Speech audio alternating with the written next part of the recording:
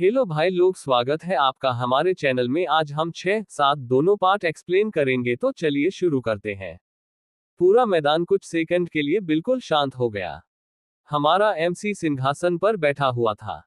उसकी आंखें आधी बंद थीं। उसे अभी भी पूरी तरह समझ नहीं आया था कि आखिर चल क्या रहा है। वहीं दूसरी तरफ सामने अपने काले जादू से बने सिंहासन पर बैठी हुई डेमन क्वीन बड़ी दिलचस्पी से उसे देख रही थी। उसके पीछे दर्जनों शक्तिशाली दानव योद्धा खड़े थे। उनकी आंखों में आश्चर्य था, क्योंकि उनके सामने बैठा 12 साल का मानव लड़का जरा भी नहीं डरा था। दूसरी तरफ वैदेही के माथे पर पसीना आ गया था। हे देवी, उन्होंने मन ही मन कहा। महाराज को पता भी है कि ये कौन है। मीरा धीरे धीरे एमसी के पीछे आई। वह झुकी और बहुत धीरे से उसके कान में फुसफुसाई। महाराज, एमसी ने आधी नींद में जवाब दिया। आपके सामने काल साम्राज्य की महारानी डेमन क्वीन स्वयं बैठी है। एक पल के लिए समय रुक गया। एमसी की आंखें पूरी तरह खुल गईं। उसका दिमाग घूम गया। उसने धीरे धीरे अपना सिर उठाया, फिर सामने देखा। दो बड़े सींग, लाल आंखें, काले वस्त्र, पीछे खड़े दर्जनों राक्षस। उसके मन के अंदर मानो भूकंप आ गया। हे भगवान, ये तो सचमुच राक्षसों की रानी है। मैं मर गया। मेरा काम तमाम। मुझे वापस दिल्ली भेज दो। लेकिन बाहर से उसका चेहरा बिल्कुल शांत था। डेमन क्वीन मुस्कुराई। मैंने आपके बारे में बहुत कुछ सुना है, सूर्यगढ़ के महाराज। सूर्यवीर के गले से आवाज ही नहीं निकली। उसने बड़ी मुश्किल से अपने आप को संभाला, फिर बहुत धीरे से बोला, अच्छा। डेमन क्वीन की मुस्कान और गहरी हो गई। आप बिल्कुल भी नहीं डरे। ये सुनकर सूर्यवीर के मन में चीख निकल गई। नहीं डरा। मेरी आत्मा 3 बार शरीर छोड़कर वापस आ चुकी है। लेकिन बाहर से उसने केवल सिर हिला दिया। डरना। उसने गंभीर बनने की कोशिश की। महाराजों को शोभा नहीं देता। जैसे ही उसने ये कहा, पूरे मैदान में सन्नाटा छा गया। वैदेही की आंखें फैल गईं। मीरा ने आश्चर्य से एमसी को देखा, और डेमन क्वीन कुछ क्षणों तक उसे घूरती रही। फिर अचानक वह हंस पड़ी। हा हा हा, दिलचस्प, बहुत दिलचस्प। एमसी मन ही मन रोने लगा। भगवान, ये हंस क्यों रही है? कहीं मुझे खाने से पहले खुश तो नहीं हो रही? डेमन क्वीन ने अपना हाथ उठाया। अचानक काले जादू से 2 कप प्रकट हुए। उनमें से भाप निकल रही थी। बैठिए, हम युद्ध करने नहीं आए हैं। एमसी ने मन ही मन कहा। अभी तो मैं पहले से बैठा हुआ हूं। लेकिन उसने सिर हिला दिया। डेमन क्वीन कुछ क्षण तक उसे देखती रही, फिर बोली, मैं आपको यहां बुलाने का कारण जानना चाहेंगे? एमसी ने अपने कांपते हुए दिल को संभाला। हाँ, शायद। डेमन क्वीन ने गहरी सांस ली। इसका संबंध आपके माता पिता से है। ये सुनते ही वैदेही चौंक गईं। मीरा की आंखें फैल गईं, और एमसी का दिमाग एक बार फिर घूम गया। माता पिता? डेमन क्वीन धीरे से बोली, वीरेंद्र देव और महारानी यशोधरा चौहान। पूरा वातावरण अचानक गंभीर हो गया। कुछ क्षणों तक कोई कुछ नहीं बोला। फिर सूर्यवीर ने धीरे से पूछा, आप उन्हें जानती थीं? डेमन क्वीन की आंखों में पहली बार मुस्कान गायब हुई। उसने दूर आसमान की ओर देखा। जानती थी, वह धीमे स्वर में बोली। कभी कभी मैं सोचती हूं, काश मैं उन्हें कभी जानती ही नहीं। ये सुनकर सभी लोग स्तब्ध रह गए। एमसी का डर कुछ कम हुआ। अब उसके मन में जिज्ञासा बढ़ने लगी थी। उसने धीरे से पूछा, तो क्या वे सचमुच युद्ध में मारे गए थे? डेमन क्वीन ने उसकी ओर देखा। कुछ क्षण तक चुप रही, फिर बहुत धीरे से बोली, नहीं। पूरा मैदान स्तब्ध रह गया। वैदेही आगे बढ़ी। क्या कहा आपने? डेमन क्वीन ने फिर दोहराया, मैंने कभी उनके शव नहीं देखे, और मेरे ज्ञान के अनुसार। वह कुछ क्षण रुकी, फिर उसने एमसी की आंखों में देखते हुए कहा, तुम्हारे माता पिता शायद अभी भी जीवित हैं। एमसी के हाथ से कप लगभग छूट गया। उसके मन में केवल एक ही विचार आया, हे भगवान, लगता है इस दुनिया में मेरी मुसीबतें अभी शुरू हुई हैं। डेमन क्वीन कुछ क्षणों तक शांत बैठी रही। उसके पीछे खड़े विशालकाय राक्षस सैनिक पूरी तरह मौन थे। वातावरण में एक अजीब सी गंभीरता थी। दूर जलती हुई मशालों की लौ हवा के साथ हिल रही थी। एमसी अपने सामने रखे सुनहरे प्याले को हाथ में पकड़े हुए था।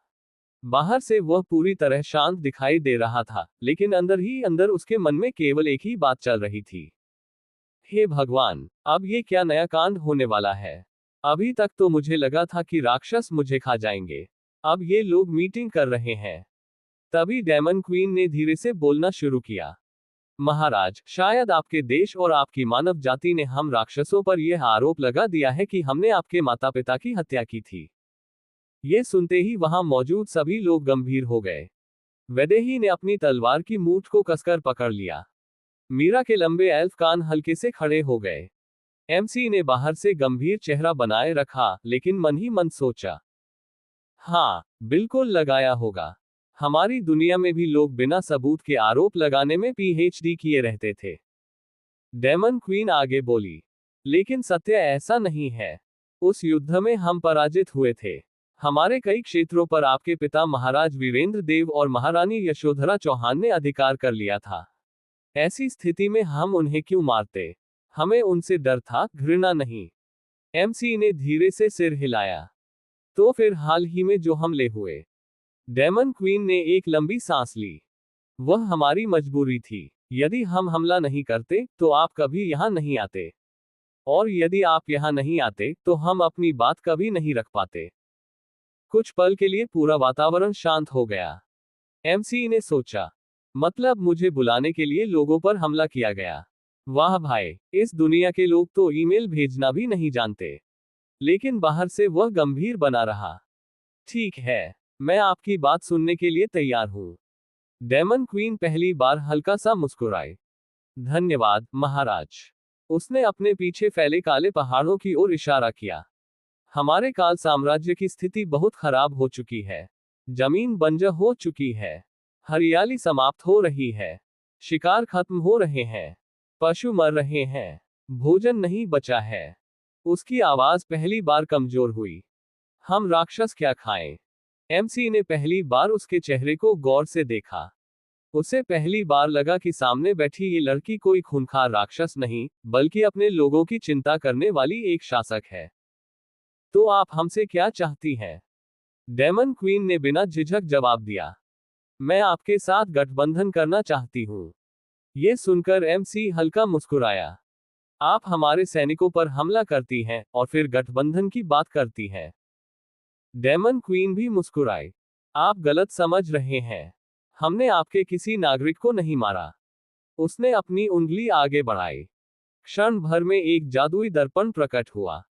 उसमें गांव के लोग दिखाई दिए, बच्चे, बूढ़े, महिलाएं, सभी जीवित।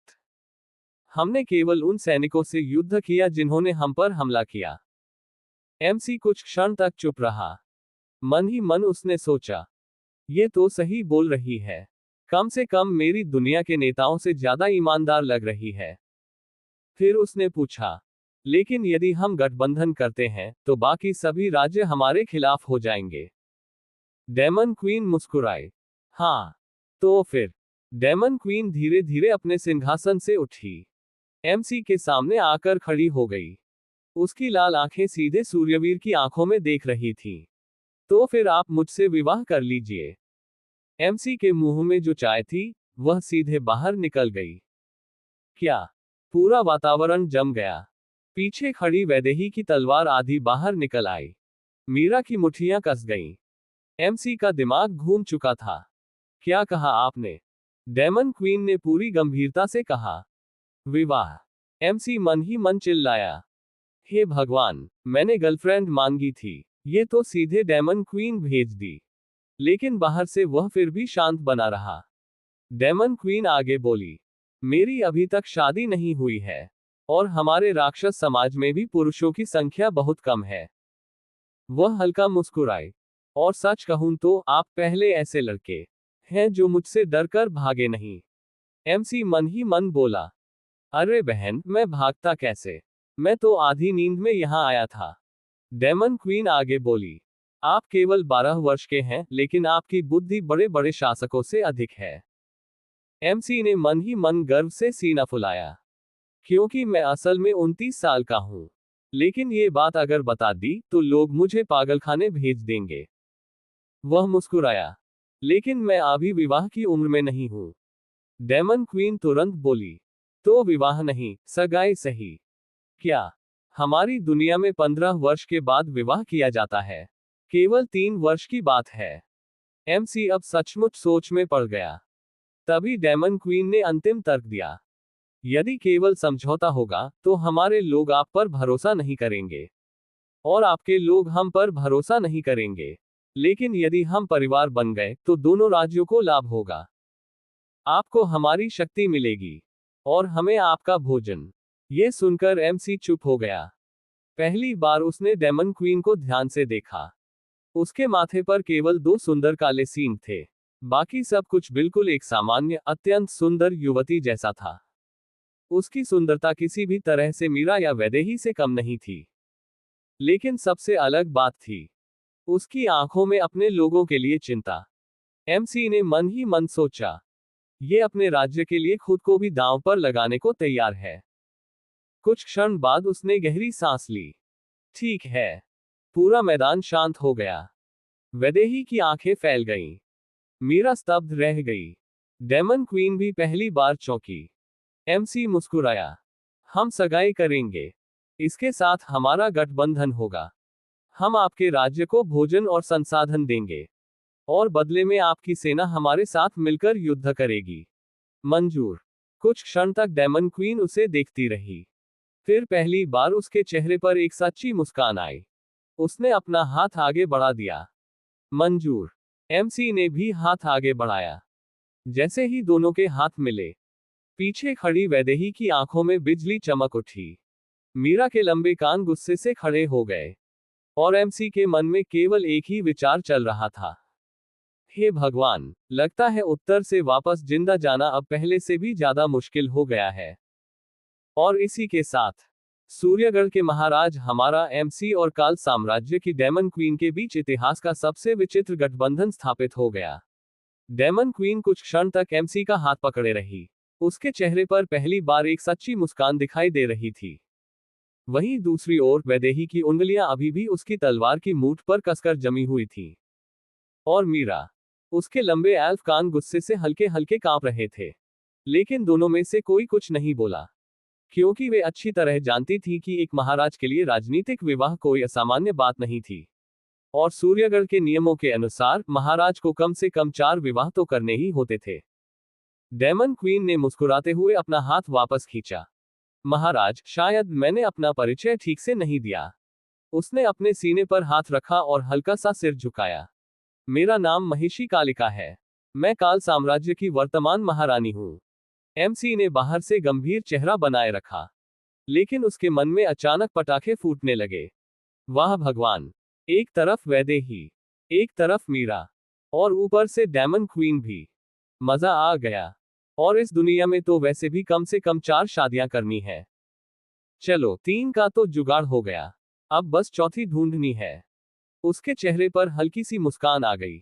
उधर वैदेही ने वह मुस्कान देख ली। उसने मन ही मन सोचा, महाराज अभी क्या सोच रहे हैं। दूसरी तरफ मीरा ने भी वही मुस्कान देखी। उसके एल्फ कान एक बार फिर खड़े हो गए। महाराज कहीं बहुत ज्यादा खुश तो नहीं हो गए। लेकिन दोनों चुप रहीं। एमसी ने गला साफ किया और गंभीर बनने की कोशिश की। महारानी कालिका, अब जबकि हमारी सगाई और गठबंधन दोनों तय हो चुके हैं, मुझे लगता है कि आप मुझे वह असली कारण बता सकती हैं जिसके लिए आपने मुझे यहां बुलाया। ये सुनते ही कालिका के चेहरे की मुस्कान धीरे धीरे गायब होने लगी। उसकी आंखों में पहली बार गंभीरता दिखाई दी। उसने अपने पीछे खड़े राक्षस सैनिकों को हटने का संकेत दिया। फिर उसने धीरे से कहा, महाराज, क्योंकि मुझे लगता है कि आपके माता पिता की मृत्यु नहीं हुई थी। ये सुनते ही पूरा वातावरण जम गया। वैदेही की आंखें फैल गईं। मीरा का चेहरा सफेद पड़ गया।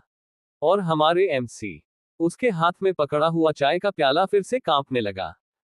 उसके मन में केवल एक ही सवाल गूंज रहा था, क्या? और यहीं से एक ऐसे रहस्य का द्वार खुलने वाला था जिसने पूरे महाद्वीप का इतिहास बदल दिया था। डेमन क्वीन कुछ क्षण तक शांत खड़ी रही। उसके चेहरे पर अब पहले जैसी मुस्कान नहीं थी। उसने धीरे धीरे मक की ओर देखा और गंभीर स्वर में बोली, महाराज, एक बात मैं पूरे विश्वास के साथ कह सकती हूं। सूर्यवीर ने शांत भाव से उसकी ओर देखा। कहिए। डेमन क्वीन ने गहरी सांस ली। आपके माता पिता की मृत्यु हमारे साथ हुए युद्ध में नहीं हुई थी। ये सुनकर वैदेही और मीरा दोनों चौंक गईं। सूर्यवीर बाहर से बिल्कुल शांत बैठा रहा, लेकिन उसके मन में हड़कंप मच गया। क्या? तो फिर ये लोग अब तक किससे लड़ते रहे? डेमन क्वीन आगे बोली, जहां तक मुझे लगता है, यदि उनकी मृत्यु हुई भी है तो उन्हें सूर्यगढ़ के ही किसी विश्वासघाती ने मारा होगा। उसने अपनी लाल आंखें एमसी की आंखों में डाल दी। क्योंकि आपके पिता वीरेंद्र देव और महारानी यशोधरा चौहान जैसे योद्धाओं को सामने से युद्ध में हराना लगभग असंभव था।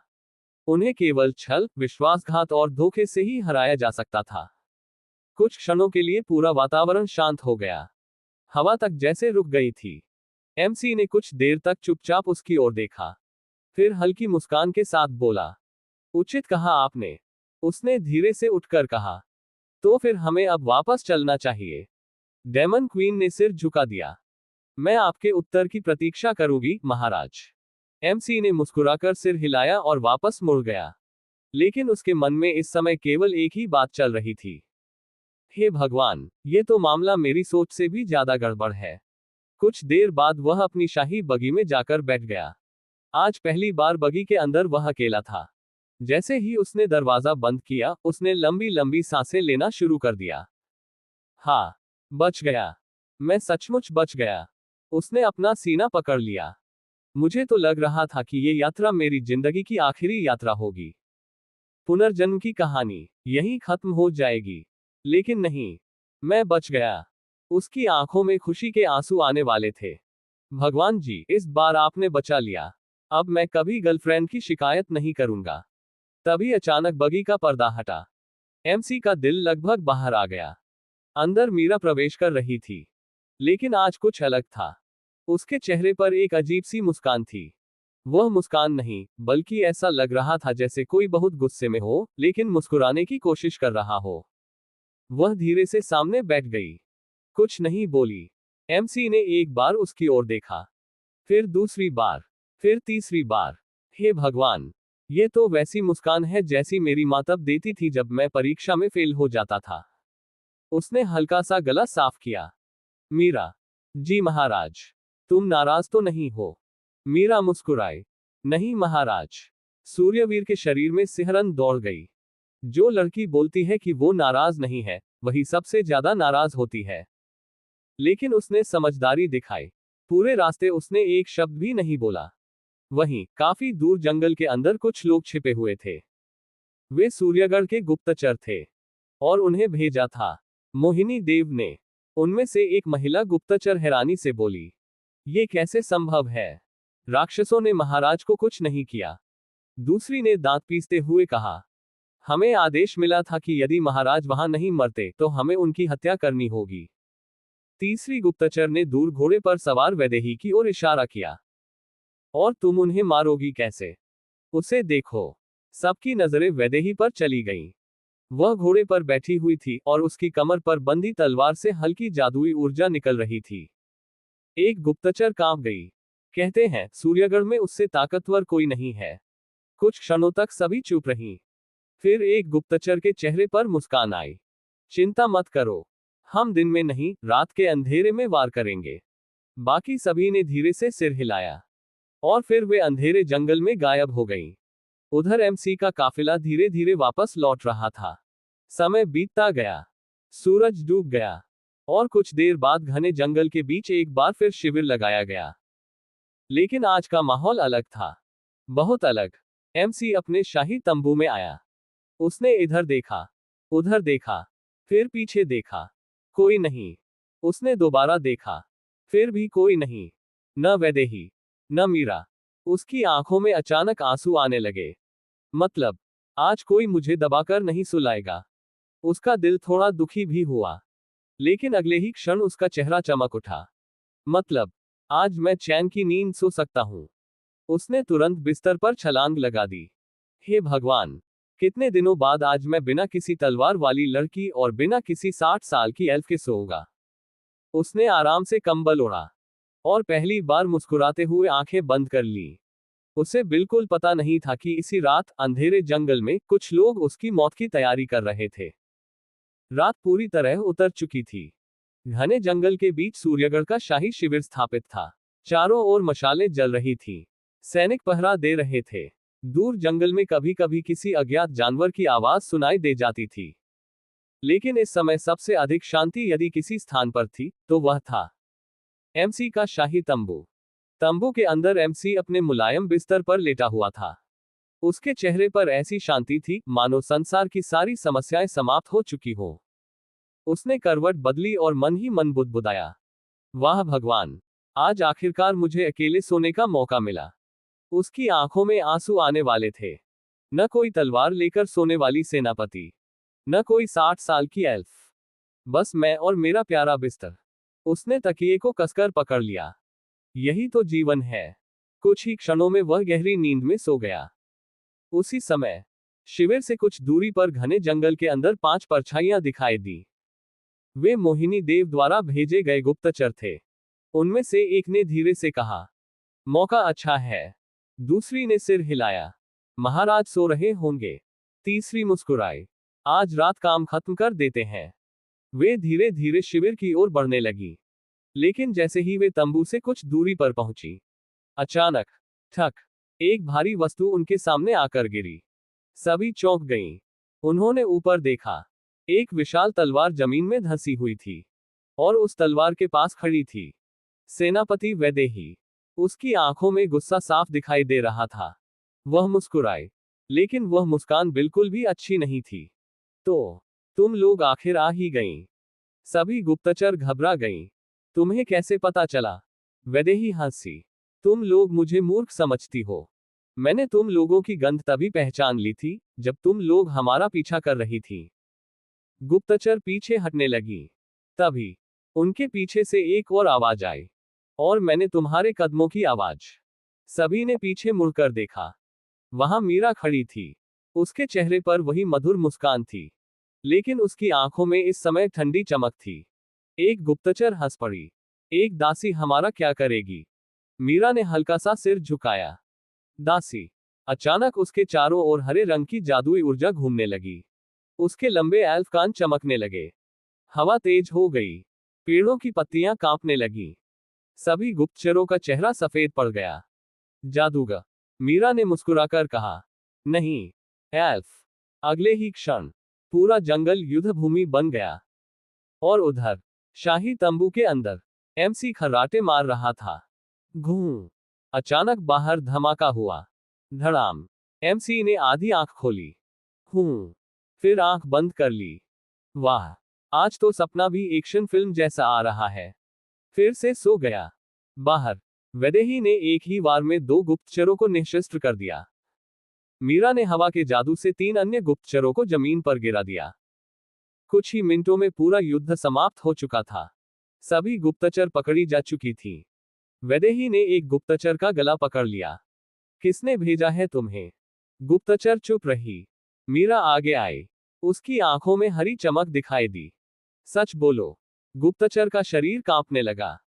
कुछ ही क्षण बाद उसने डरते हुए कहा, मां, महारानी मोहिनी देव ने। यह सुनते ही वैदेही की आंखों में क्रोध की आग भड़क उठी। मीरा भी कुछ क्षण के लिए चुप हो गई। तो अब संदेह नहीं रहा था। एमसी की हत्या का आदेश वास्तव में उसकी अपनी सौतेली मां ने दिया था। कुछ देर बाद वैदेही और मीरा मक के तंबू में पहुंची। उन्होंने देखा, महाराज अभी भी सो रहे थे। वैदेही कुछ क्षण तक उन्हें देखती रही। फिर बोली, महाराज। कोई जवाब नहीं। महाराज। एमसी धीरे धीरे उठ बैठा। उसने जम्हाई ली। क्या हुआ? वैदेही ने कुछ क्षण तक उसे देखा। अभी बाहर युद्ध हुआ। अच्छा। हम पर हमला हुआ। अच्छा। हमने सभी हमलावरों को पकड़ लिया। अच्छा। और आपको मारने का आदेश आपकी सौतेली मां ने दिया था। अच्छा। एमसी अचानक रुक गया। उसकी आंखें धीरे धीरे बड़ी होने लगी। क्या? वह बिस्तर से उछल पड़ा। युद्ध, हमला, हत्या, और मैं सोता रहा। वैदेही और मीरा दोनों उसे देखती रहीं। एमसी ने अपने सिर पर हाथ मार लिया। हे भगवान! मैं तो सच में सपना समझकर सो गया था। और पहली बार वैदेही और मीरा दोनों को समझ में आ गया कि उनका महाराज या तो दुनिया का सबसे निडर व्यक्ति है, या फिर दुनिया का सबसे बड़ा बेवकूफ। शायद दोनों। रात का समय था। जंगल के बीचों बीच बने अस्थायी शिविर में हल्की हल्की आग जल रही थी। चारों ओर सैनिक सतर्क खड़े थे, जबकि सेनापति वैदेही और मीरा कुछ दूरी पर उन 5 गुप्तचर लड़कियों को घेरे खड़ी थीं, जिन्हें कुछ देर पहले ही पकड़ा गया था। इसी बीच तंबू का पर्दा धीरे से खुला और जम्हाई लेते हुए मग बाहर निकला। उसके चेहरे पर अभी भी नींद के भाव थे। उसने पहले वैदेही को देखा, फिर मीरा को, और अंत में उन 5 गुप्तचर लड़कियों को। कुछ क्षण तक वह उन्हें देखता रहा, फिर अचानक मुस्कुराते हुए बोला, तो आप 5 मुझे मारने आई थी। उसकी बात सुनते ही 5 लड़कियों ने तुरंत अपना सिर झुका लिया। जी महाराज। एमसी ने बिना गुस्सा किए अगला सवाल पूछा, और तुम्हें मेरी सौतेली माँ ने भेजा था? जी महाराज। ये सुनकर एमसी ने कुछ देर सोचा, फिर बड़ी गंभीरता से पूछा, अच्छा एक बात बताओ, मुझे मारने के कितने पैसे मिलने वाले थे? पूरा माहौल एकदम शांत हो गया। वैदेही की आंखें फैल गईं। मीरा ने अविश्वास से सूर्यवीर की ओर देखा। 5 गुप्तचर लड़कियां भी एक दूसरे का चेहरा देखने लगी। कुछ देर बाद उनमें से एक लड़की ने कांपती आवाज में कहा, महाराज, हमें धन नहीं मिलने वाला था। हम तो बचपन से महारानी मोहिनी के अधीन पले बड़े हैं। हम उनके लिए केवल हथियार हैं। एमसी ने धीरे से सिर हिलाया। समझ गया। उसने फिर पूछा, वैसे तुम लोगों का रैंक क्या है? इस बार दूसरी लड़की बोली, हम 5 बी रैंक की योद्धा हैं महाराज। क्या? एमसी लगभग उछल पड़ा। मतलब तुम लोग राज्य की ताकतवर योद्धाओं में आती हो? जी महाराज। ये सुनकर एमसी के मन में तुरंत विचार आया, हे भगवान, मेरी हत्या के लिए बी रैंक भेजे गए थे। अगर एस रैंक भेज देते तो मेरा तो पुनर्जन्म भी खत्म हो जाता। लेकिन बाहर से वह शांति बनाए रखे हुए था। फिर उसने मुस्कुराकर पूछा, अगर मैं कहूं कि तुम लोग मेरे लिए काम करो तो? इस बार 5 लड़कियां सचमुच घबरा गईं। नहीं महाराज, हम ऐसा नहीं कर सकते। क्यों? एक लड़की की आंखें नम हो गईं। क्योंकि जिसने हमें पाला, अगर हम उसे धोखा दे दें, तो हम किसी के भी वफादार नहीं रह सकते। अगर हमने एक बार अपने मालिक को धोखा दिया, तो फिर हमें खुद पर भी भरोसा नहीं रहेगा। ये सुनकर एमसी कुछ क्षण तक उन्हें देखता रहा। फिर वह मुस्कुराया। ठीक है, तो फिर मेरे लिए काम करो, और अगर कभी अपनी जान बचाने के लिए मुझे धोखा देना पड़े, तो दे देना। पूरा शिविर एकदम शांत हो गया। क्या? 5 लड़कियां एक साथ बोल उठी। यहां तक कि वैदेही और मीरा भी स्तब्ध रह गईं। एमसी ने कंधे उचकाए। अरे, इसमें इतना हैरान होने वाली क्या बात है? जिंदा रहना सबसे जरूरी होता है। अगर अपनी जान बचाने के लिए किसी को सच बताना पड़े, तो बता देना चाहिए। मैं तो यही मानता हूं। उसने हंसते हुए कहा, मरकर वफादारी दिखाने से अच्छा है जिंदा रहकर पछताना। अब 5 गुप्तचर लड़कियों की आंखों में आंसू आ चुके थे। वे जिस व्यक्ति की हत्या करने आई थी, वही व्यक्ति उन्हें माफ कर रहा था। एमसी ने हाथ हिलाया। जाओ, तुम लोग आजाद हो। मैं तुम्हें अपनी सौतेली माँ के खिलाफ इस्तेमाल नहीं करूंगा, क्योंकि अगर मैं तुम्हें साथ ले गया, तो शायद वह तुम्हें ही मरवा देंगी। ये सुनते ही 5 लड़कियां घुटनों के बल बैठ गईं। महाराज। लेकिन एमसी अब और कुछ नहीं सुनना चाहता था। वह धीरे धीरे अपने तंबू की ओर वापस चला गया। तंबू के अंदर पहुंचते ही वह सीधे बिस्तर पर गिर पड़ा और गहरी सांस लेने लगा। हे भगवान, उसने तकिए में मुंह छिपाकर कहा, मैंने तो आज तक एक चींटी तक नहीं मारी। ये लोग चाहते हैं कि मैं इंसानों को मरवा दूं। मैं आखिर किस दुनिया में आ गया हूं? कुछ देर तक वह छत को देखता रहा। फिर धीरे से बोला, चलो, कम से कम आज मैं हत्यारा बनने से बच गया। इतना कहकर उसने तकिए को गले लगाया और कुछ ही क्षणों में सो गया। उधर बाहर वैदेही, मीरा और बाकी सैनिक एक ही बात सोच रहे थे, हमारे महाराज कितने दयालु हैं। और इधर तंबू के अंदर वही दयालु महाराज खर्राटे मारते हुए सो रहे थे, क्योंकि सच तो ये था कि उन्हें हत्या करने से इतना डर लगता था कि उन्होंने जिंदगी में कभी मच्छर तक नहीं मारा था। घने जंगल के ऊपर उगते सूरज की पहली किरणें पेड़ों की शाखाओं के बीच से छनकर नीचे आ रही थी। सुबह की ठंडी हवा पूरे शिविर में बह रही थी। दूर कहीं पक्षियों की मधुर आवाजें गूंज रही थी। रात की आग अब लगभग बुझ चुकी थी और सैनिक अपने अपने कामों में लगने लगे थे। लेकिन शिविर के एक हिस्से में एक अजीब दृश्य दिखाई दे रहा था। पांचों गुप्तचर लड़कियां अब भी घुटनों के बल बैठी हुई थीं। पूरी रात एक पल के लिए भी वे अपनी जगह से नहीं हिली थीं। उनके कपड़े मिट्टी से सने हुए थे, चेहरों पर थकान साफ दिखाई दे रही थी, लेकिन उनकी आंखों में एक अजीब प्रकार का दृढ़ निश्चय था। उधर शिविर के सबसे बड़े तंबू के अंदर एमसी अभी भी गहरी नींद में था। कुछ देर बाद वह धीरे धीरे जागा। उसने आंखें खोली, छत की ओर देखा और फिर गहरी सांस ली। आह! फिर अचानक उसे याद आया। रुको, मैं अभी भी इसी दुनिया में हूं। उसने अपने हाथ पैर देखे। हाँ, अभी भी 12 साल का हूं। कुछ क्षण तक वह दुखी होकर बैठा रहा। काश ये सब सपना होता। लेकिन फिर उसने खुद को संभाला। चलो, कम से कम आज रात किसी ने मुझे दबाकर नहीं सुलाया। ये सोचते ही उसके चेहरे पर मुस्कान आ गई। वह धीरे धीरे उठकर तंबू से बाहर निकला। और जैसे ही वह बाहर आया, पांचों गुप्तचर लड़कियों ने एक साथ अपना सिर झुका दिया। महाराज! एमसी चौंक गया। अरे, तुम लोग अभी तक यहां हो? पांचों ने एक साथ उत्तर दिया। जी, महाराज। एमसी ने उन्हें ध्यान से देखा। उनके चेहरे थके हुए थे। उनकी आंखों के नीचे काले घेरे पड़ चुके थे। वह कुछ पल तक उन्हें देखता रहा। फिर अचानक उसके मुंह से निकल गया, रुको, कहीं तुम लोग पूरी रात ऐसे ही तो नहीं बैठी रही? इस बार पांचों ने फिर सिर झुका दिया। जी, महाराज। एमसी की आंखें फैल गईं। क्या, पूरी रात? उनमें से एक लड़की ने धीरे से कहा। हम अपने अपराध का प्रायश्चित करना चाहती थी। दूसरी बोली, हमने आपके प्राण लेने का प्रयास किया था। तीसरी ने कहा, लेकिन आपने हमें क्षमा कर दिया। चौथी की आंखों में आंसू आ गए।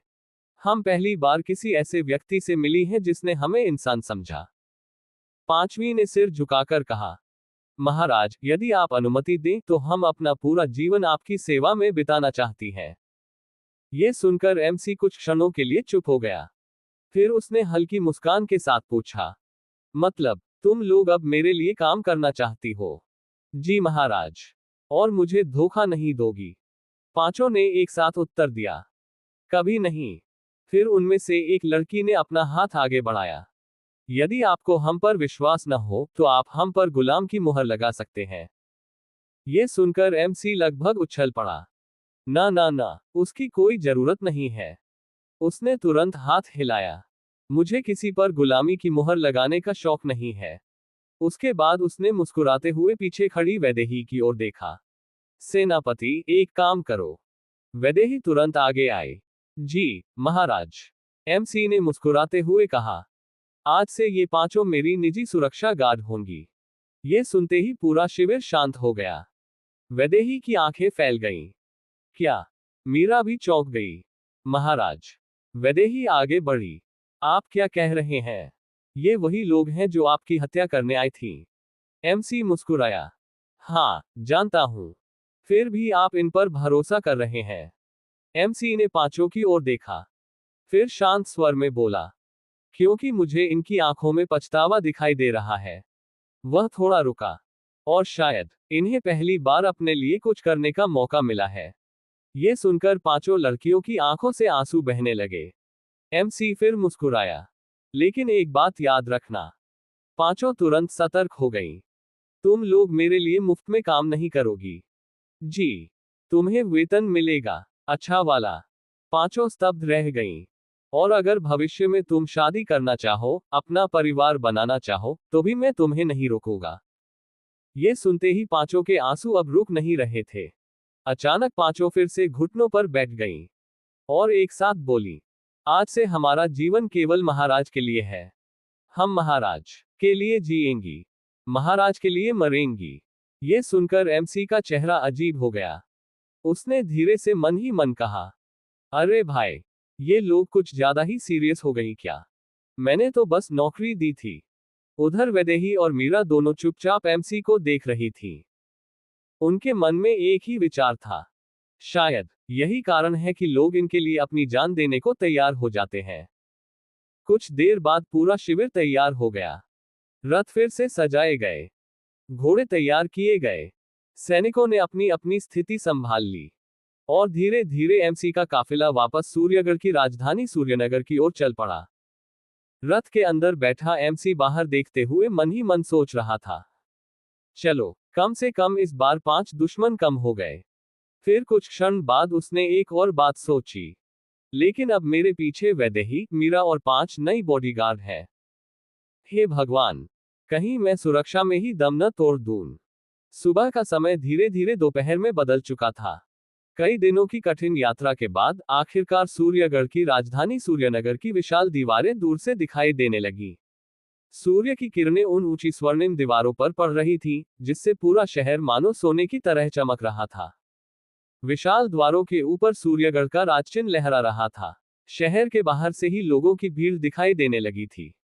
किसी को सूचना मिल चुकी थी कि उनके महाराज वापस लौट रहे हैं। रथ के अंदर बैठा एमसी बाहर झांक रहा था। उसके मन में केवल एक ही विचार चल रहा था, हे भगवान, मैं सच में राजा हूं क्या? उसने फिर बाहर देखा।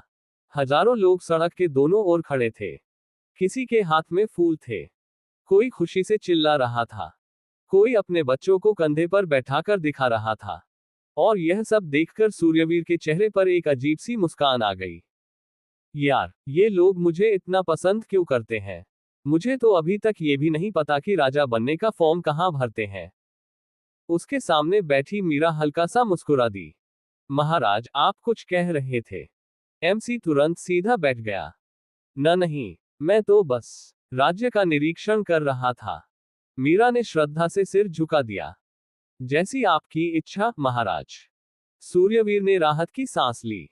बच गया। उधर रथ के बाहर सेनापति वैदेही अपने विशाल काले घोड़े पर बैठी हुई आगे बढ़ रही थी।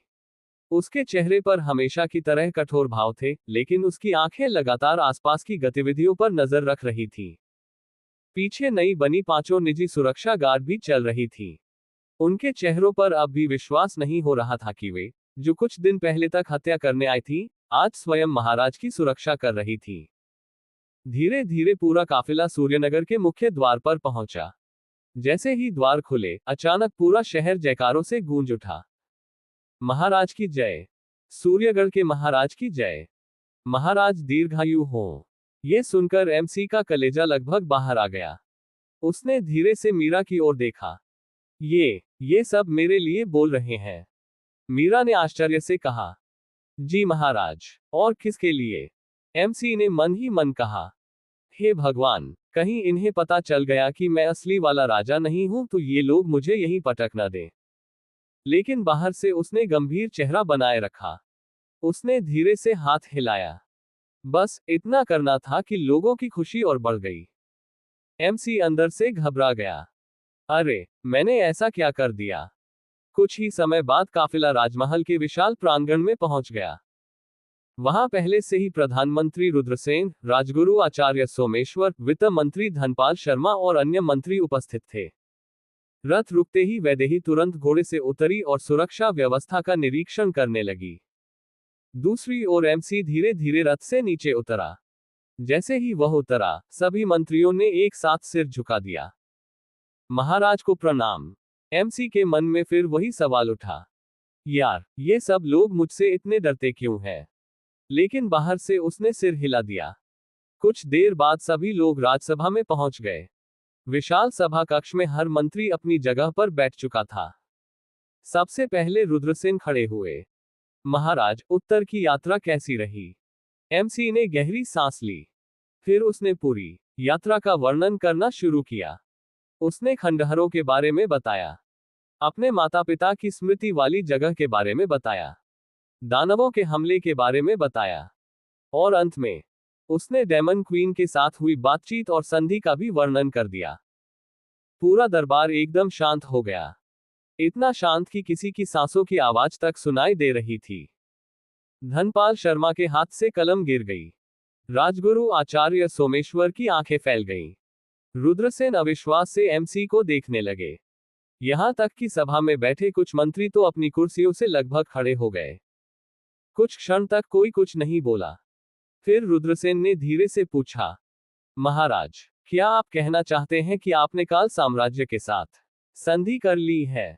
एमसी ने शांति से उत्तर दिया, हाँ। पूरा दरबार फिर से शांत हो गया। कुछ देर बाद राजगुरु धीरे से मुस्कुराए। यदि यह सत्य है तो इतिहास में पहली बार किसी मानव राज्य और काल साम्राज्य के बीच स्थायी शांति स्थापित हुई है। रुद्रसेन ने भी धीरे धीरे सिर हिलाया। यह जोखिम भरा है, लेकिन यदि सफल हुआ तो सूर्यगढ़ का भविष्य बदल सकता है।